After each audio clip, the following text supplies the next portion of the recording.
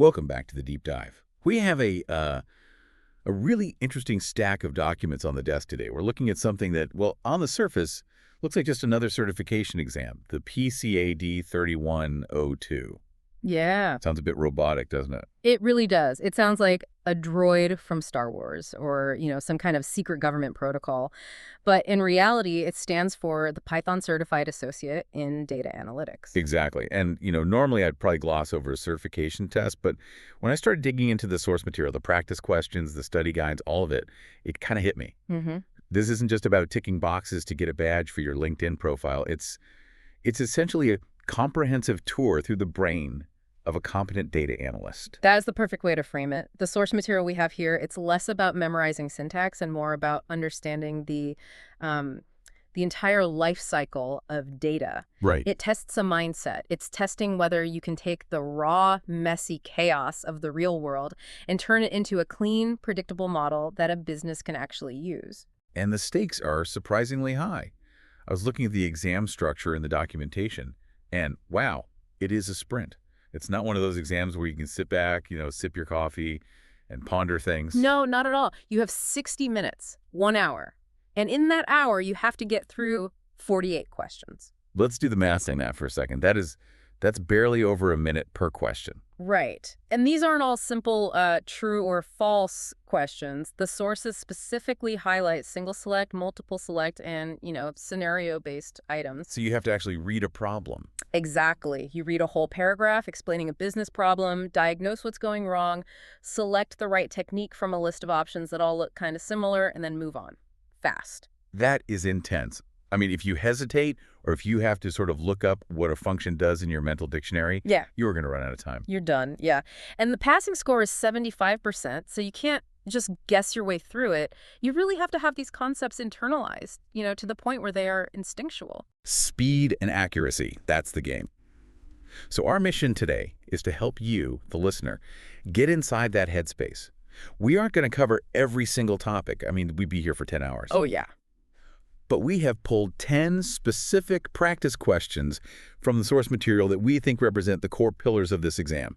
Right. We are going to break them down, not just to find the right answer, but to really understand the logic behind them. And we're going to follow the data lifecycle. We'll start with gathering and filtering, then we'll move into the messy business of cleaning, talk about the heavy-duty tools, and finish with probably the most dangerous part, interpretation.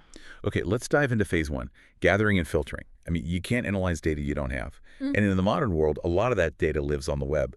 Question 2 in our stack addresses this directly. Right. The scenario here is classic. You're looking at a website.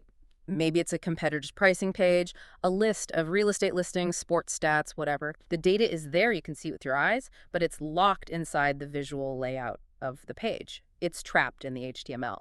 So the question asks specifically, which technique is primarily used to extract structured data from the HTML content of a web page? And the options included things like data encryption or file compression, which are, completely different domains. The answer, of course, is web scraping. Web scraping. It sounds a bit rugged, like you were physically scraping paint off a wall, but it's a little more elegant than that. It is. The source material defines it as the process of extracting structured or semi-structured data from HTML. But, think about what that really means. A web page is just code. It's tags, divs, spans, classes. Right. It's all designed for a browser like Chrome or Firefox to render a pretty picture for a human. It's not designed for a database to read. So if you just copy-paste, you just get a total mess. You get the ads, the navigation bar, the footer. Everything. So the scraping part is writing a script that ignores all the pretty colors and fonts and just hunts for the specific tags that hold the information you actually want.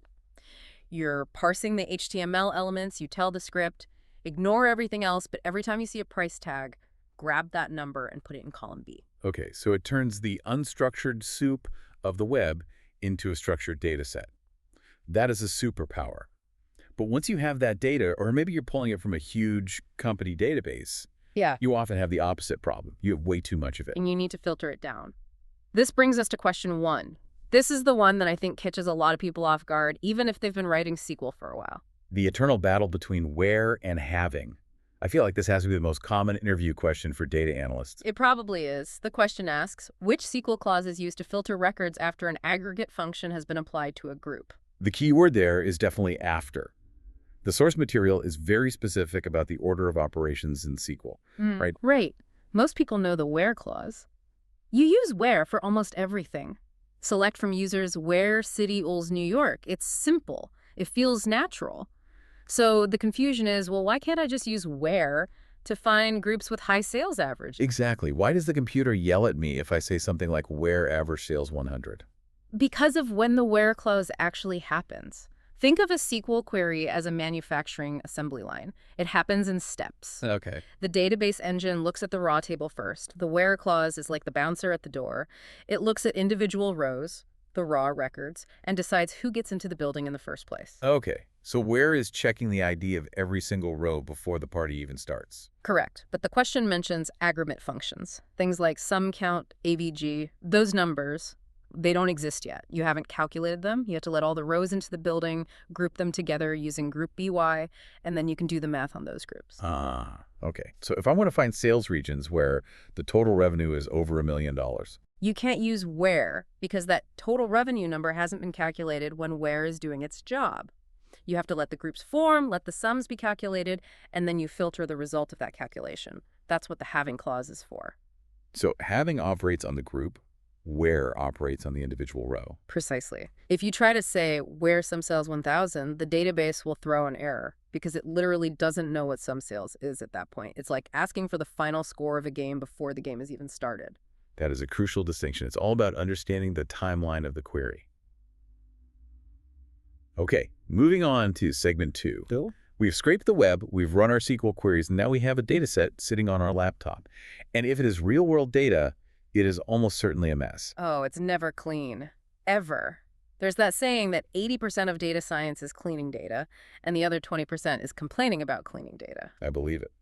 Question 9 in our stack deals with one of the most common dirty data problems: duplicates. The question asks why it's so essential to identify and remove duplicate records. And I know what people usually think. Oh, we need to save space, or, it just looks sloppy. Right. If I have 1 million rows, I don't want to pay to store 2 million if half of them are just copies. Seems logical. It is a factor, sure, but from an analyst perspective, which is what this exam is, testing storage is cheap. Hard drives are cheap. The real cost is accuracy. The correct answer is to prevent biased or inaccurate statistical results. Let's unpack biased. How does a duplicate row create bias? So imagine you're analyzing customer satisfaction for a massive airline. You send out a survey. One customer, who happens to be very, very angry because his luggage was lost, hits the submit button 5 times because his internet is lagging. I have absolutely been that person. Wait. Just rage clicking. We all have. Now, if you don't clean those duplicates, that one angry person now counts as 5 angry people in your data set.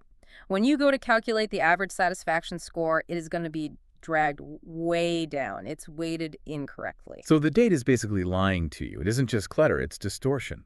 Exactly. It completely invalidates the statistical integrity of your model. You might be training your machine learning model on events that didn't actually happen that many times. You're giving one person 5 votes in an election. That makes perfect sense. Okay, now, the opposite problem is missing data. The nulls, the empty cells. Question 4 introduces a term that sounds, well, very fancy. Imputation. It does sound a bit clinical, doesn't it? The question just asks for the term for replacing missing data with substituted values, like the mean or the median. The answer is imputation. But my question is, isn't this kind of dangerous? If I have a row where a customer didn't tell me their age, and I just jam the average age of 35 in there, Yeah. aren't I just making things up? You are, and that is a very valid critique. Imputation absolutely reduces the variance in your data. You're making the data look more average than it probably is in reality. But the source material highlights the why. Why do we do it? To preserve data completeness. Because the alternative is just deleting the entire row. Right. Many machine learning algorithms like support vector machines or certain regression models will simply crash if they encounter a missing value. They can't do the math on a null. It's like trying to divide by 0. The computer just gives up. So you have a choice. Either throw away the entire row and lose all the other valuable information in it. Maybe they didn't give their age, but they gave their location, their spending habits, their gender. Or you make a calculated guess for that one missing field. Exactly. You're saving the patient. Imputation allows you to keep the record so the algorithm can function. It's a trade-off, between absolute purity and practical utility. Okay, that is a fair trade. Yeah. Speaking of algorithms being picky, let's look at question 3. This one is about language. We humans, we love words. We use labels like high, medium, low, or colors like red, green, blue. Machines, on the other hand, They only speak math. Correct. Machines deal in vectors and matrices. They don't know what red means as a concept.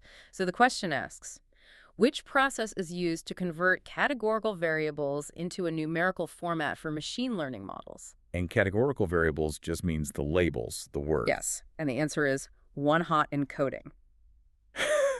This is another one of those terms that sounds baffling until you see it in action.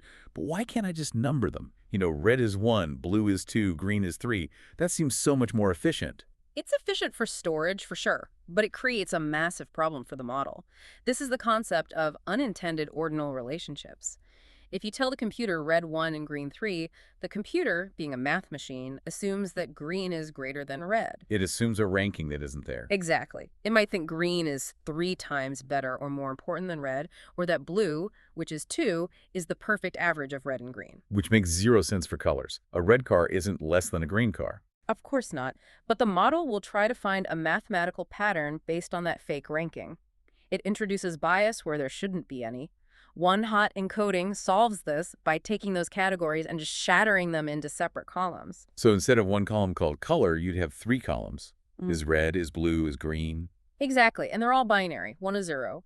If the car is red, the is-red column gets a 1, and the others get a 0. This way, the machine can tell them apart, but no color is mathematically higher or better than any other. It creates a level playing field for the categories. It does. It lets the model process them without getting confused by fake math relationships. All right, let's move to segment 3.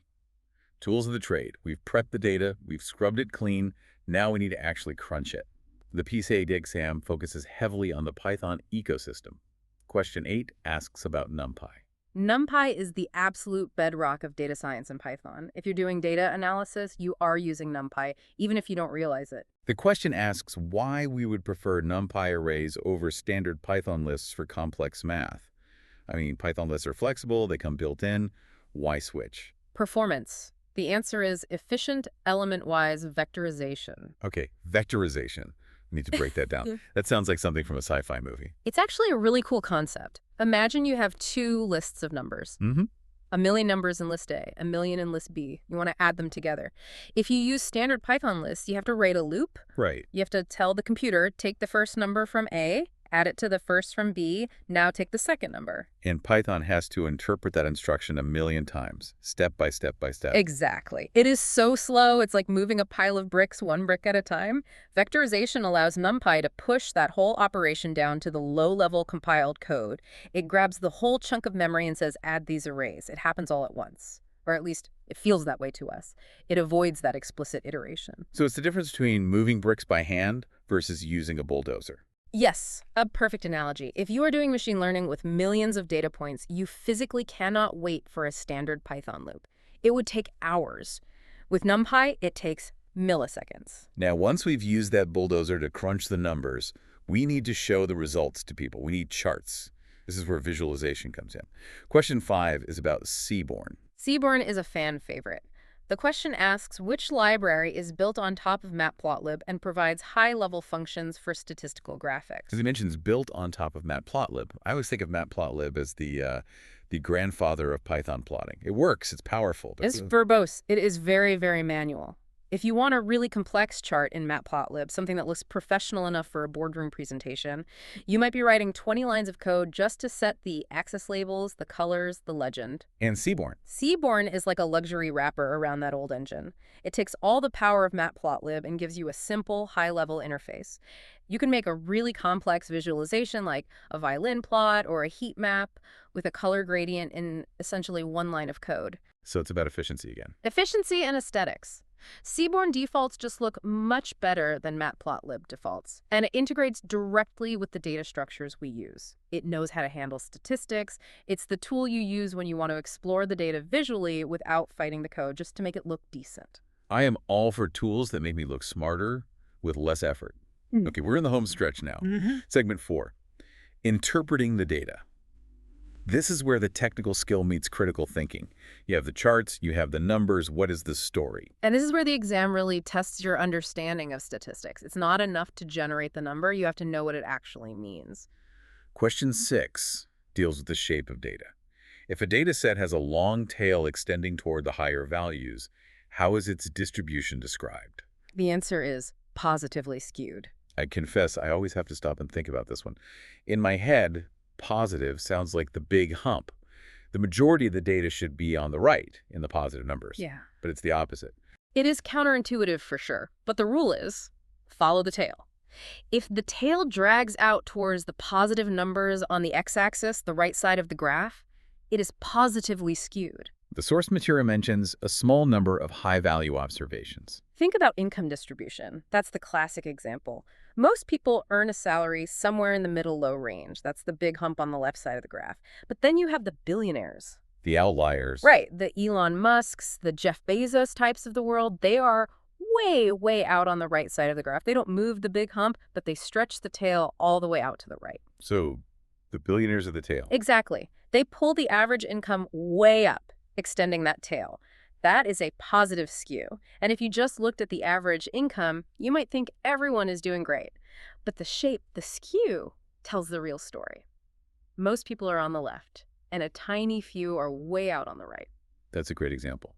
Now, let's talk about when our models get a little too smart for their own good.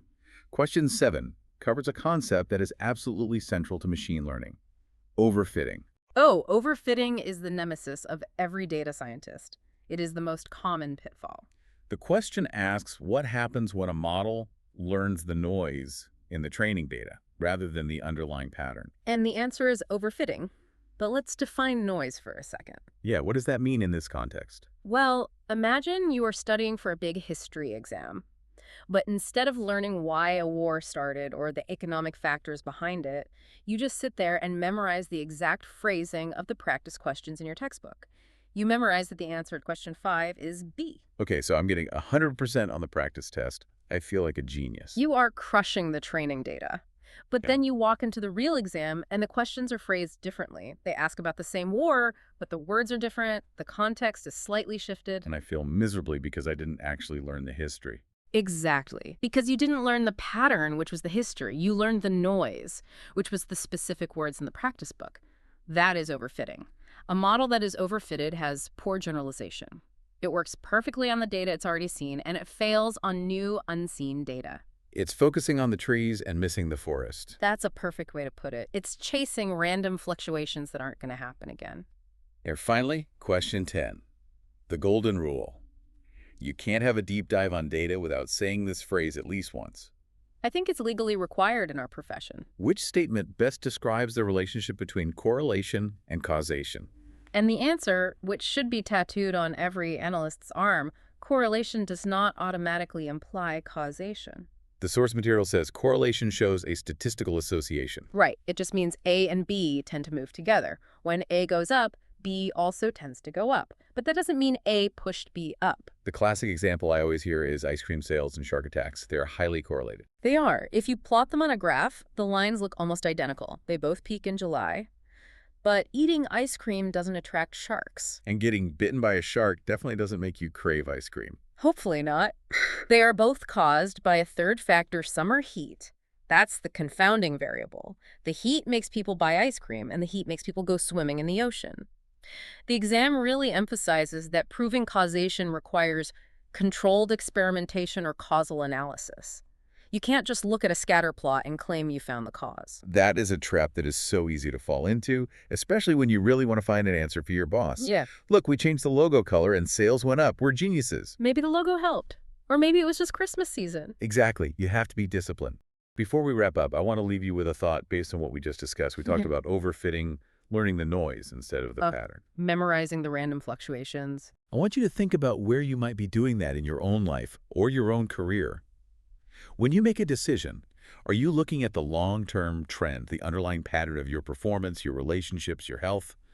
Or are you overfitting based on the noise of the last week? That is a fascinating way to apply it. Are you reacting to one bad email or one bad day? Exactly. Yeah. Are you building your strategy on the signal, or are you just chasing the noise? Something to mull over. We will see you in the next deep dive.